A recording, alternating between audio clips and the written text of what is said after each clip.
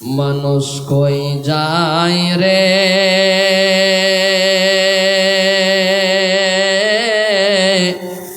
দুনিয়া ছাড়িয়া, মসজিদের ওই পালকি আয়না দুলহা দে সাজায়া তারে জনমের লাগিয়া। এ বাড়ির জন্য করছো তুমি কত মারামারি, মামলা মোকদ্দমা করে নষ্ট করলে করি। এ বাড়ির জন্য করছো তুমি কত মারামারি, মামলা মোকদ্দমা করে নষ্ট করলে করি। আজকে তুমি যাবে চলে,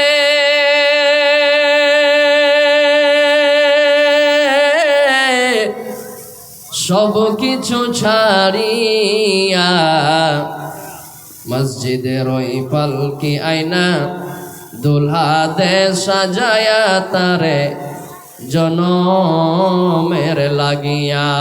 মানুষ কই যায় রে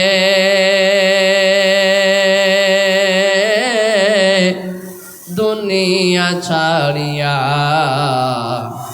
মসজিদের ওই পালকি আয়না দুলহা দে সাজায়া তারে জনমের লাগিয়া। ছেলে মেয়ে নববধূর প্রেমেতে পড়িয়া, নামাজ রোজা সব ছাড়িলাম দুনিয়ায় আসিয়া। ছেলে মেয়ে নববধূর প্রেমেতে পড়িয়া, নামাজ রোজা সব ছাড়িলাম দুনিয়ায় আসিয়া। সেই ছেলেরাই গোসল দিবে,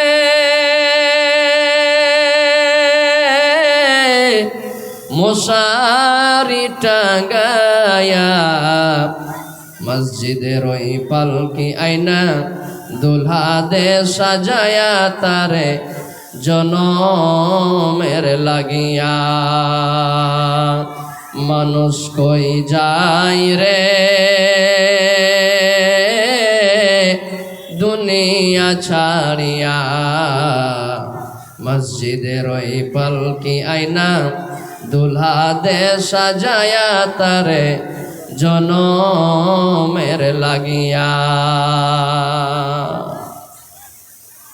উপস্থিত সম্মানিত আজকে সভার সভাপতি সাহেব, উপস্থিত ওলামায়ে কেরাম, আমার সম্মুখে বসে থাকা ইসলাম দরদি দিন দরদি ভাই ও বাবাজিরা, এক পার্শ্বে বসে থাকা আমার পর্দানসীন মা বোনেরা খালারা, সমস্ত তারিফ প্রশংসা গুণগান আল্লাহ পাক রব্বুল আলামিনের জন্যে, যিনি আমাদেরকে সর্বশ্রেষ্ঠ ও সর্বের সেরা করে সৃষ্টি করেছেন। যে আল্লাহ তাআলার অশেষ দয়া ও মায়ার কারণে আমরা এত গুনহার পর গুনহা, পাপের পর পাপ করার পরেও জীবিত আছি, ভালো আছি, সুস্থ আছি। তাই আমরা সে মহান সত্তার একবার প্রশংসা জ্ঞাপন করি। সকলে আমরা মুখ খুলে পড়ি আলহামদুলিল্লাহ। অতঃপর ধর্মের গুরু, ধর্মের নেতা, তাজদারে মাদানী, নবিকুল শিরোমণি আহমদে মুজতবা মুহাম্মদ মুস্তাফা পড়েন সাল্লাল্লাহু আলাইহি ওয়াসাল্লামের উপর অগণন দরুদ ও শরীফ শান্তির ধারা অবতীর্ণ হোক, আমিন। আল্লাহুম্মা সাল্লি আলাইহি, আল্লাহুম্মা বারিক আলাইহি। ভাইজান, আপনারা যারা দাঁড়িয়ে আছেন একটু দয়া করে বসে যান। সামনে যারা দাঁড়িয়ে আছেন একটু বসে যান ভাই। এটা দ্বীনি মাহফিল, কোরআন হাদিসের কথা হবে ইনশাআল্লাহ তাআলা। বসে শুনেন, ইনশাআল্লাহ কিছু না কিছু উপকার ইনশাআল্লাহ হবে। ভাইরা আমার বয়স্ক বাপজানেরা, পর্দানসীন মা বোনেরা, খালারা, আজকে আমি আপনাদের সম্মুখে আপনাদের এই মসজিদ কেন্দ্রিক আয়োজিত সভায় যে বিষয় নিয়ে কিছু কোরআন ও হাদিসের কথা আলোকপাত করব। সে বিষয়বস্তুর নাম হচ্ছে কবর। শুধুমাত্র এই কবর সম্পর্কে দু চারটা হাদিস কোরআনের কথা বলবো। ভাইয়েরা আমার বয়স্ক বাপজানেরা, পর্দানসীন মা বোনেরা, খালারা, আমাদের মধ্যে প্রত্যেক মানুষের এটা জানা আছে বা আমরা জানি যে প্রত্যেক মানুষের চারটা হলো দর, প্রত্যেক মানুষের চারটা যুগ। 1 নম্বর মায়ের পেট, যে মায়ের পেটে আমরা 8 মাস 9 মাস 10 মাস ধরে ছিলাম। 2 নম্বর স্থান জায়গা হলো এই দুনিয়া, যে দুনিয়াতে আমরা এখন আছি, কতদিন বাঁচবো আল্লাহ ভালো জানে। 3 নম্বর স্থান জায়গা হলো প্রত্যেক মানুষের কবর, অর্থাৎ আলামে বারজাখ। এবং 4 নম্বর স্থান জায়গা হলো জান্নাত কিংবা জাহান্নাম। এই 4টা স্থান জায়গা হলো প্রত্যেক মানুষের। আমরা এখন দ্বিতীয় স্থান, দ্বিতীয় জায়গাতে আমরা এখন আছি। আর যেদিন আমাদের মওত হয়ে যাবে, যখন আমাদের শ্বাস বন্ধ হয়ে যাবে, তখন যে জায়গাতে আমরা থাকব সেই জায়গাটাকে কবর বলে বা আলামে বারজাখ বলা হয়। আমার ভাইয়েরা, এই কবরের জিন্দেগি বা আলামে বারজাখের জিন্দেগি, এই সম্পর্কে কিছু গুরুত্বপূর্ণ কথা আপনাদের সামনে তুলে ধরবো। তাই আল্লাহর কাছে দোয়া করছি, রব্বুল আলামিন আমি যা কিছু বলবো সহিহ হাদিস এবং কোরআন থেকে যেন বলতে পারি, আর আমরা ছোট বড় সকলেই যেন তার প্রতি আমল করতে পারি। আল্লাহ যেন আমাদেরকে তৌফিক এনায়েত করুক, পড়ি আল্লাহুম্মা আমিন। ভাই আমার, এই কবর কত খতরনাক জায়গা, কত ভয়ঙ্কর জায়গা, এ কবর কত কঠিন জায়গা।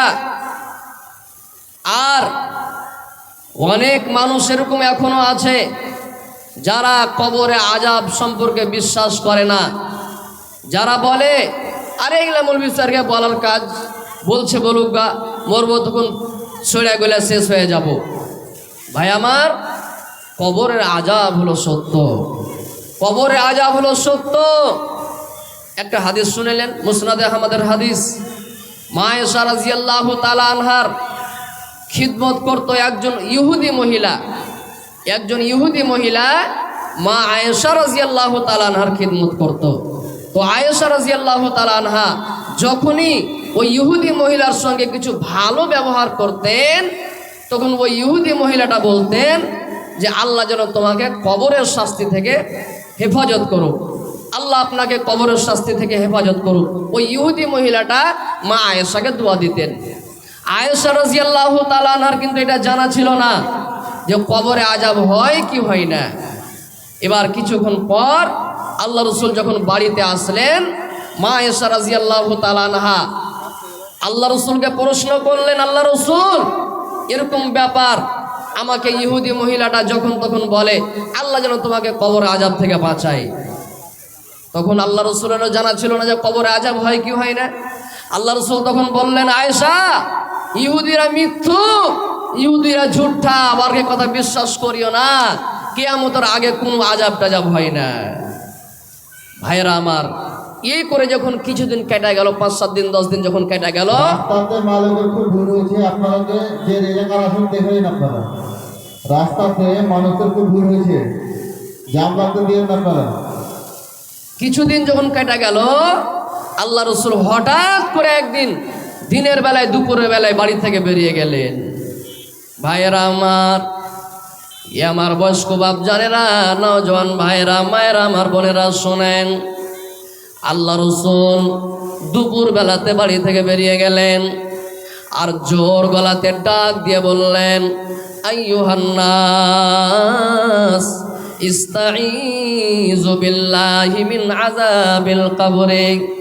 আল্লাহ রসুল বললেন, ও আমার সঙ্গী সাথীরা, এ আমার বন্ধুরা, ও আমার উম্মতেরা, এরা আমার উম্মত উম্মতিরা, ও তোমরা কবরের আযাব থেকে আল্লাহর কাছে তোমরা পরিত্রাণ চাও, কেননা আযাবাল কবরি হাক্কুন ফাইন্না আযাবাল কবরি হাক্কুন। কবরে আযাব হলো সত্য, কবরে আযাব হলো বারহাক, কবরে আযাব হলো সত্য।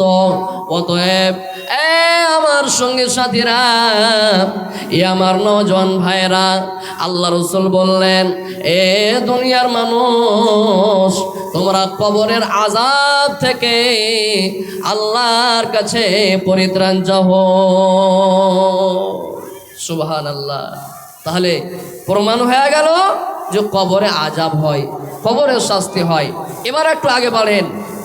আল্লাহ পাকের নবী একদিন একটা কবরের পাশে বসে আছেন। রাবি হচ্ছেন হযরতে বারা রাদিয়াল্লাহু তাআলা আনহু।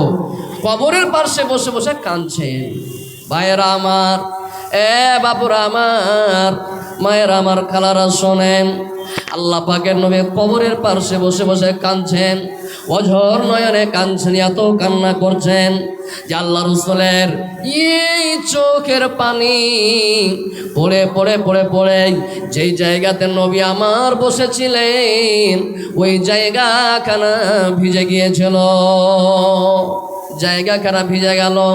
তারপর আল্লাহ রাসূল বললেন, আমার সঙ্গে সাথীরা, ইয়া ইখওয়ানি লিমিসলি হাযা ফাআইদ্দু, আমার সঙ্গে সাথীরা, তোমরা এই কবরের জন্য তৈয়ারি করো, তোমরা এই কবরের জন্য প্রস্তুতি নাও, তোমরা এই কবরের জন্য তৈয়ারি করো, এই কবরের জন্য তোমরা তৈয়ারি করো। আল্লাহ সমাদ। আমার ভাইরা, বাপুরা আমার, মায়েরা আমার, খালারা শোনেন, এ কবর কত কঠিন জায়গা, কবর কত ভয়ঙ্কর জায়গা।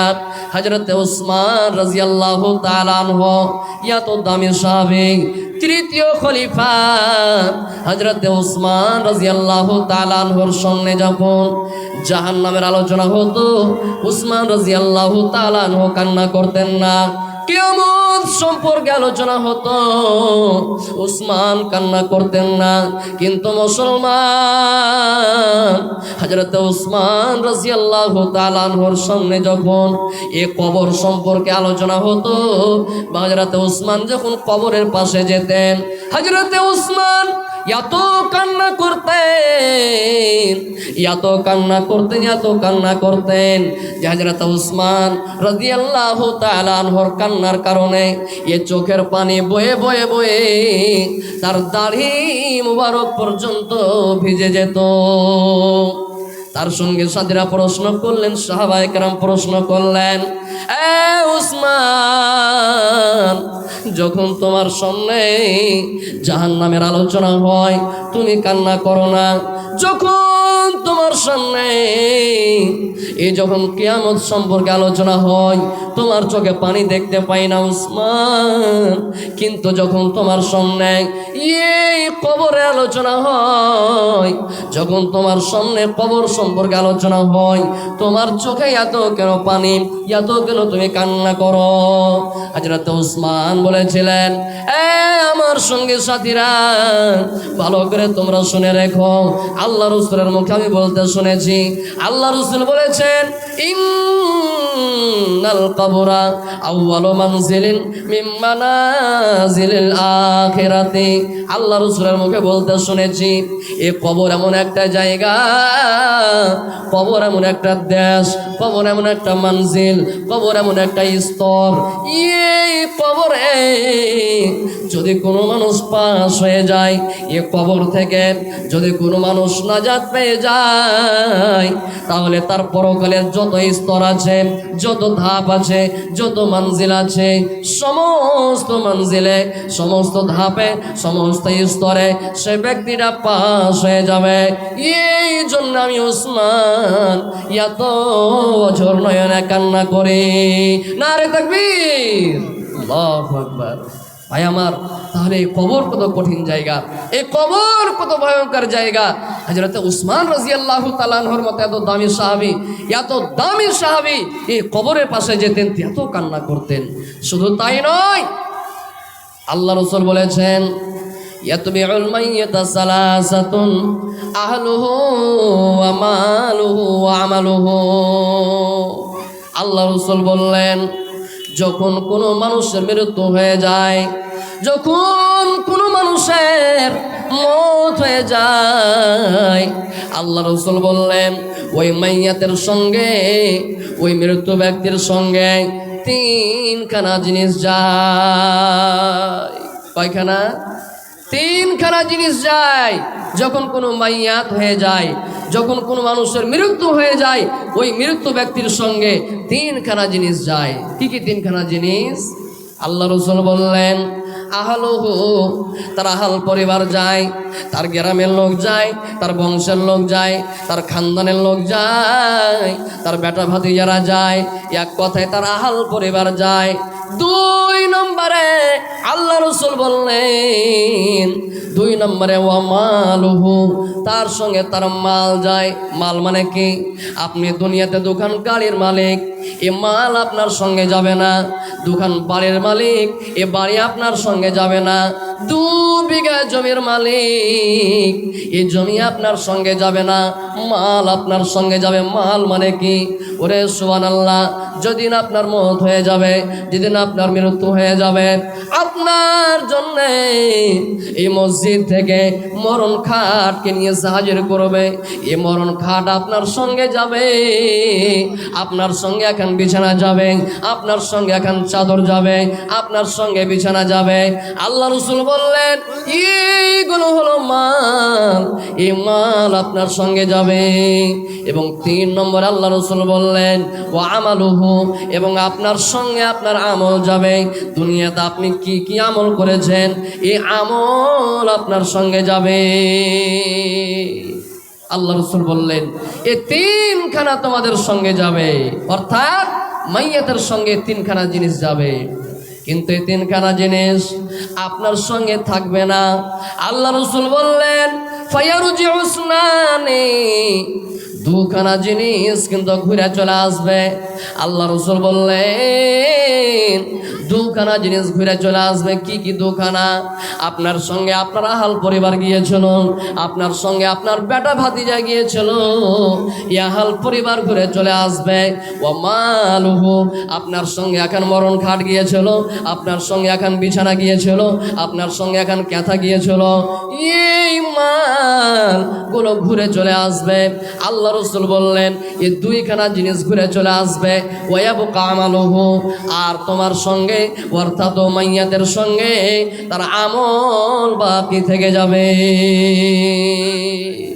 সুবহানাল্লাহ, এই আমল তার সঙ্গে কবরে বাকি থেকে যাবে।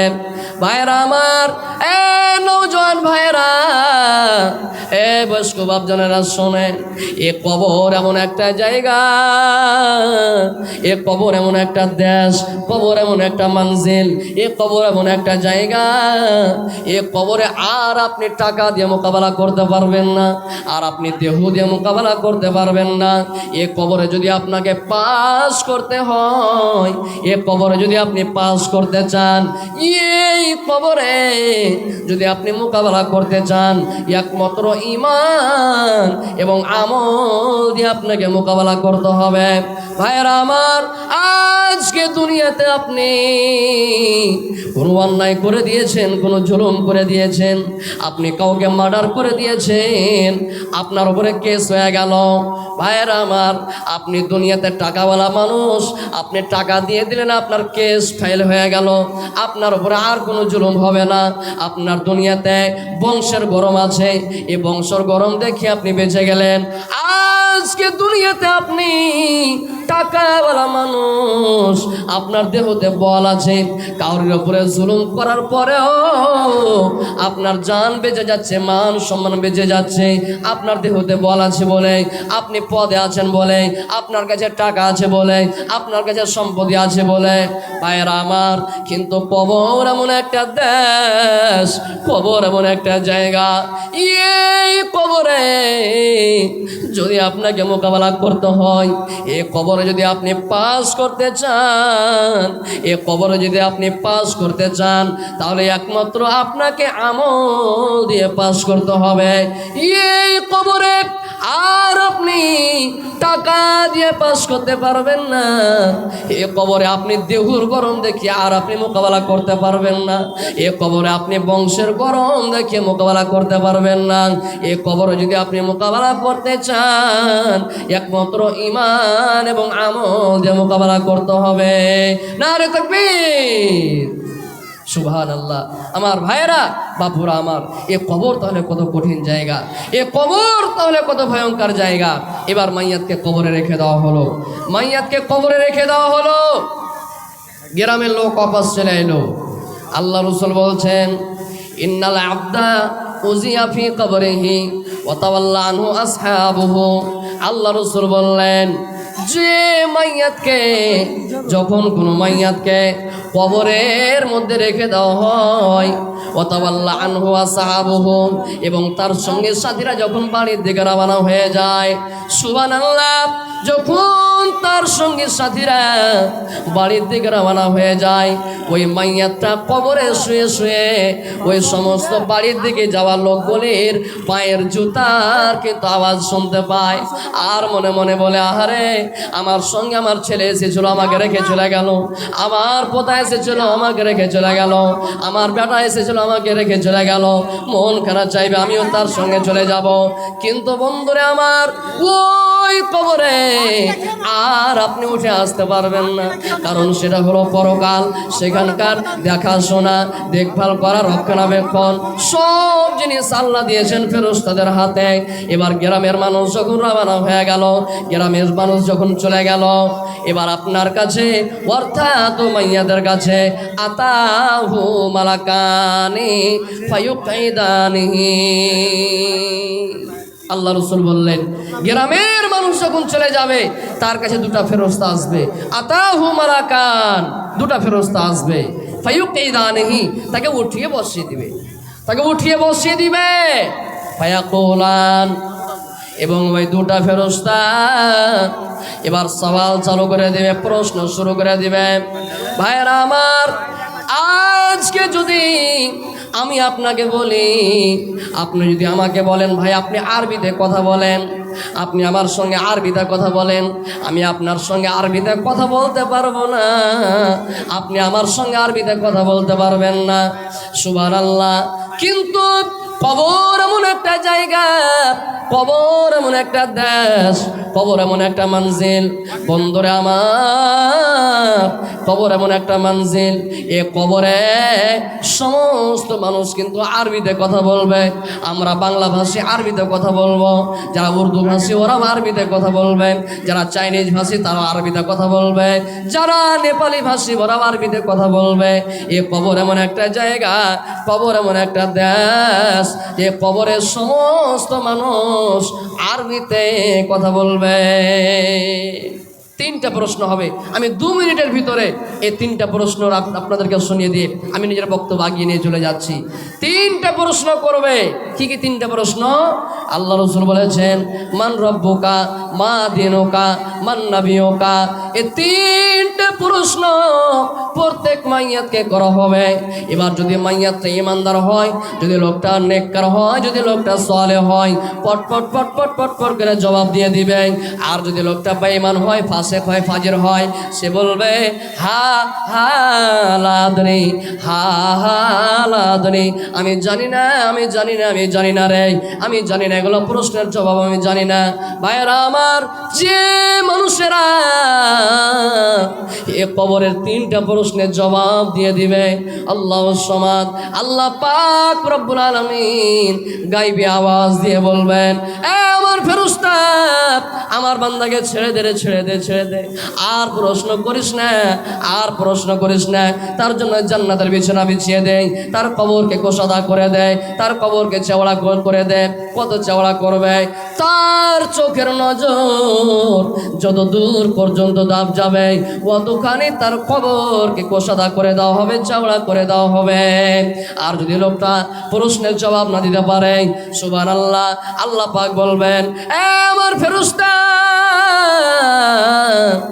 আমার বান্দা মিথ্যা বলেছে রে, দুনিয়াতে সব কিছু করে খেতে পেরেছে রে, আমার বান্দা দুনিয়াতে ডাক্তারি করে খেতে পেরেছে, দুনিয়াতে মাস্টারি করে খেতে পেরেছে, দুনিয়াতে বিচার করে খেতে পেরেছে, কিন্তু আমাকে চিনার চেষ্টা করেনি। অতএব তোমরা কবরটাকে ছোট করে দাও, কবরটাকে ছোট করে দাও। কত ছোট করা হবে? আল্লাহ রাসূল বললেন এই কবরটা এত ছোট হবে, এত ছোট করা হবে যে তার ডান দিকের হাড্ডি বাম দিকে চলে আসবে, বাম দিকের হাড্ডি ডান দিকে চলে আসবে, এত ছোট করা হবে। আল্লাহ পাক ফেরেশতাদেরকে আদেশ করে বলবেন, ফেরেশতারে এদের জন্য তোমরা জাহান্নামের বিছানা বিছিয়ে দাও, জাহান্নামের লেবাস পরিয়ে দাও এবং শাস্তি শুরু করে দাও। ওরে সুবহানাল্লাহ, ওই ফেরেশতা দুটা এমন জোরে মাথার উপরে লোহার হাতুড়ি দিয়ে এমন জোরে মারবে যে আল্লাহ রাসূল বললেন জিন এবং মানুষ ব্যতীত দুনিয়ার সব প্রাণী তার চিৎকার শুনতে পাবে।